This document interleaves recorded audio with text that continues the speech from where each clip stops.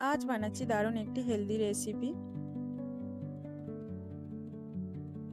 প্রথমে কড়াইতে জল ফুটিয়ে নিয়ে তাতে নুন, ঘি, চালের গুঁড়ো দিয়ে ভালোভাবে নাড়িয়ে নিয়ে একটা মণ্ড তৈরি করে নিয়ে মণ্ডটা ঠান্ডা হয়ে গেলে এই মণ্ড থেকে একটা একটা করে ছোট্ট ছোট বল তৈরি করে নিয়ে এই বলগুলোকে ভাপিয়ে নিতে হবে।